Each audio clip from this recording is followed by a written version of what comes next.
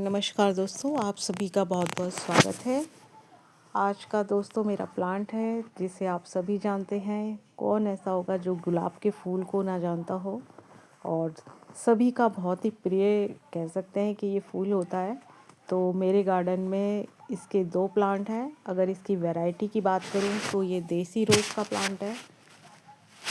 ये एक permanent plant है। अगर आप एक बार इसे अपने गार्डन में ले आते हैं और थोड़ी सी भी इसे केयर करते हैं, सर्दियों में तो इसकी ग्रोथ बहुत अच्छे से रहती है, लेकिन कभी कभी गर्मी में प्लांट ख़राब हो जाता है। तो अगर गर्मी में अब आप इसको थोड़ा सा शेड में रख के और पानी का ध्यान रखते हैं तो ये सालों साल आपके गार्डन में बना रहता है।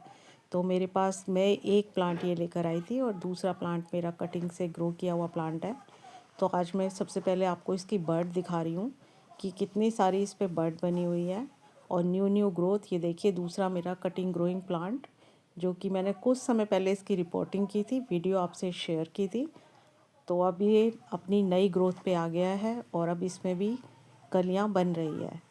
और सबसे अच्छी बात यह है कि इसमें किसी भी रासायनिक खाद का यूज़ नहीं किया जाता है। जो भी खाद होती है वो ऑर्गेनिक होती है। तो जैसा कि रोज़ का जो प्लांट है वो बहुत ही फंगस का बहुत जल्दी शिकार होता है, तो इसके लिए थोड़ी सी केयर एक्स्ट्रा करनी होती है। लेकिन फिर भी आप देख सकते हैं कि बनाना पील्स और ऑनियन पील्स का मैंने इस प्लांट पे यूज़ किया हुआ है। तो सबसे पहले इस प्लांट को जो बहुत ही पसंद है वो है गुड़ाई। आप अपने प्लांट पे हर 15 दिन में गुड़ाई करते रहिए, तो इसकी जो मिट्टी है सॉफ्ट बनी रहेगी और साथ ही साथ इसमें जो खरपतवार निकल जाती है तो वो इस तरीके से करने से खरपतवार हट जाती है, क्योंकि ये एक हैवी फीडर प्लांट है। तो आज हम घर से निकली हुई अपनी ये यूज़ की हुई चाय पत्ती का यूज़ करके, और मैंने जैसा कि कहा कि बिल्कुल ऑर्गेनिक है, कोई रासायनिक इस पे खाद नहीं यूज़ होती। तो मैं बताती हूँ कि इस तरीके से 1 चम्मच 2 चम्मच ऐसे गुड़ाई करके मैं अपने प्लांट में इस तरीके से मिट्टी में दबा देती हूँ। और उसके साथ ही साथ जो ऑनियन पील्स है उसको यूज़ करती हूँ डाइल्यूट करके, पहले उसे भिगोकर उसका पानी बनाकर, और 15 से 20 दिन में जब मुझे मौका मिलता है और मिट्टी पूरी तरीके से ड्राई होती है तब मैं उस फर्टिलाइज़र का यूज़ करती हूँ। तो इसके लिए सबसे मस्ट गुड़ाई है। और खरपतवार इसमें प्लांट में बिल्कुल नहीं होनी चाहिए, कोई दूसरे प्लांट्स में लगे हुए नहीं होने चाहिए। जब आप इसकी मिट्टी बनाएंगे तब एक अच्छी मात्रा में वर्मी कंपोस्ट ऐड कर दीजिए, वो खाद इसके लिए बहुत ही अच्छी होती है। अगर आपके पास नीम की खली उपलब्ध है तो वो भी इस प्लांट के लिए बहुत ही बढ़िया काम करती है। तो उससे मिट्टी में फंगस भी नहीं लगती। लेकिन फ़िलहाल मेरे पास कुछ दिन पहले मैंने वर्मी कंपोस्ट का यूज़ किया था, कम से कम 20-25 दिन पहले। तो अब देखिए इसमें दोबारा से खरपतवार हो गई है। तो इस तरीके से गुड़ाई करके और फुल सनलाइट में प्लांट रखा हुआ है। और थोड़ा सा इसका वाटरिंग का डेली देखा जाता है, मिट्टी चेक करके इससे पानी। अभी जो सर्दी पड़ रही है तो एक दिन छोड़कर ही इसे पानी देती हूँ।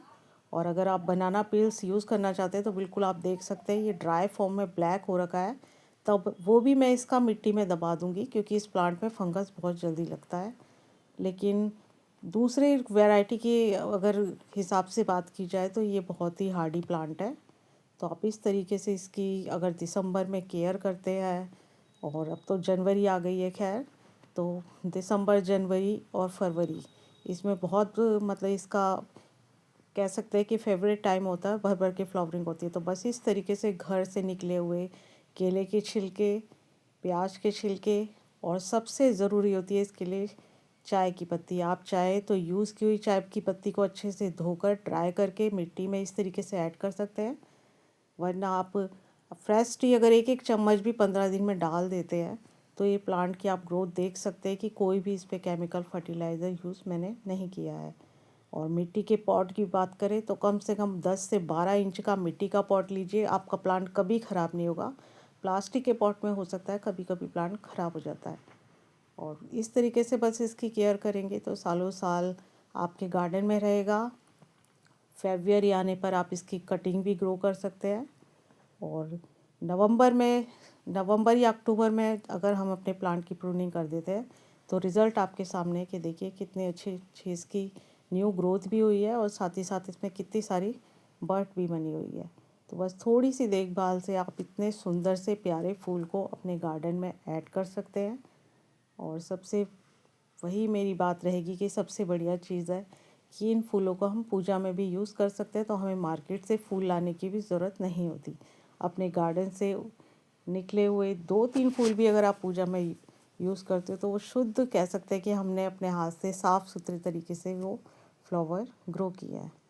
तो बस सबसे इस वीडियो के ज़रिए आपको मैं यही कहना चाहूँगी, अगर आपके पास बिल्कुल टाइम नहीं है तो भी आप अपने प्लांट को कम से कम हर 15 दिन में सिर्फ गुड़ाई कर दीजिए। गुड़ाई करने के बाद आपको एक दिन मिट्टी को ऐसे ही सूखने देना है, वाटरिंग अगले दिन करनी है। उसके बाद आप अपने प्लांट पर रिज़ल्ट देखिए, कितना अच्छा रिज़ल्ट आपको मिलेगा। तो दोस्तों, अगर आपको वीडियो अच्छी लगे तो प्लीज़ लाइक कीजिए, सब्सक्राइब कीजिए चैनल को। मिलते हैं नेक्स्ट वीडियो में, तब तक के लिए बाय एंड टेक केयर।